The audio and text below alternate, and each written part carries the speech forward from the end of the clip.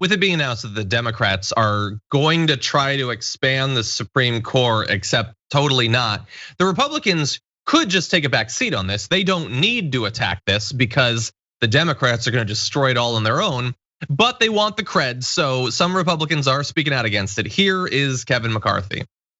This should scare every single American, regardless of where you stand politically. The Democrats inside Congress today rather dismantle this nation than dignify the Constitution. This just goes to show how far the Democrat Party has moved.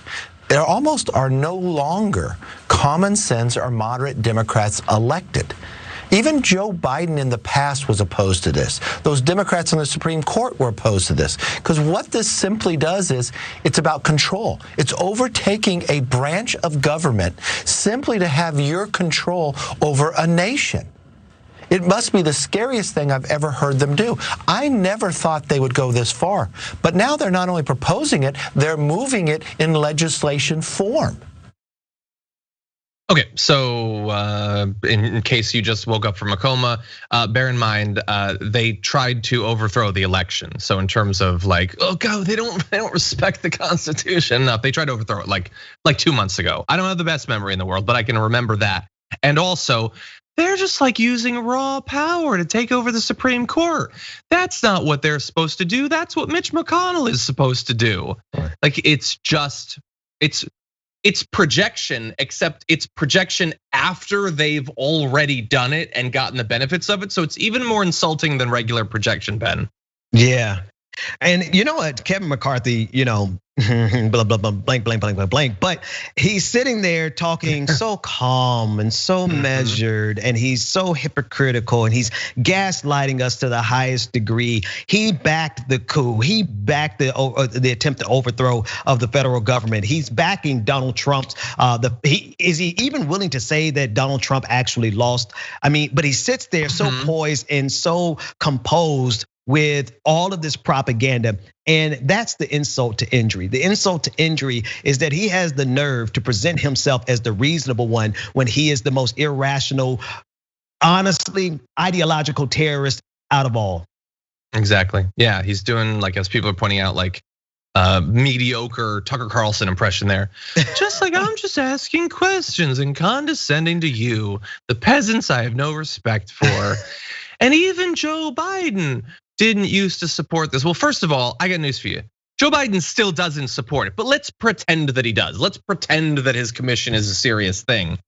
What has happened between now and Joe Biden of when was he first elected, like 75 years ago? Well, it's been demonstrated that when Republicans win the presidency, you end up with a conservative Supreme Court. When the Democrats win the presidency, you end up with a conservative Supreme Court. There is literally nothing you can do on the left, the center, to get a Supreme Court that represents you the way the system is set up.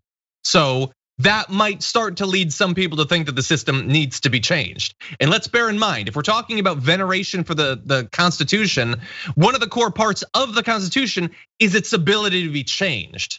That was baked into it. That's a very important part of it. That's why we have literally dozens of amendments. The idea that you could never amend it again is not only ahistorical, it goes against the very nature of the document that you pretend that you're so in love with. Yeah, they have mastered the art of always being able to maintain political control. And even when they're out of political power, they've mastered the art of being in the minority and still maintaining the political control. And if that fails, they have mastered the art of co-opting or finding Democrats to run as Democrats when Joe Manchin knows he's nothing more than a Republican. And so at every single level of this government, Republicans and conservatives have mastered the art of ensuring that we can't even have the conversation about extending the Constitution in ways that it was literally designed to, in order to incorporate more rights for more people as time went on. But instead, they've mastered the art of freezing us at a point in time that most benefited them. Totally. We needed Bernie. Take your pick, 2016, 2020, we did. He would have faced all of this absolute nonsense. Like, it's not like Kyrsten Sinema would have been cool with Bernie as president, but he could have done a lot of independent stuff in the same way that Biden in theory could, but just doesn't. We needed Bernie, we didn't get Bernie. I can't imagine that Bernie is gonna run again in 4 years. But I don't know what's gonna happen. We will see.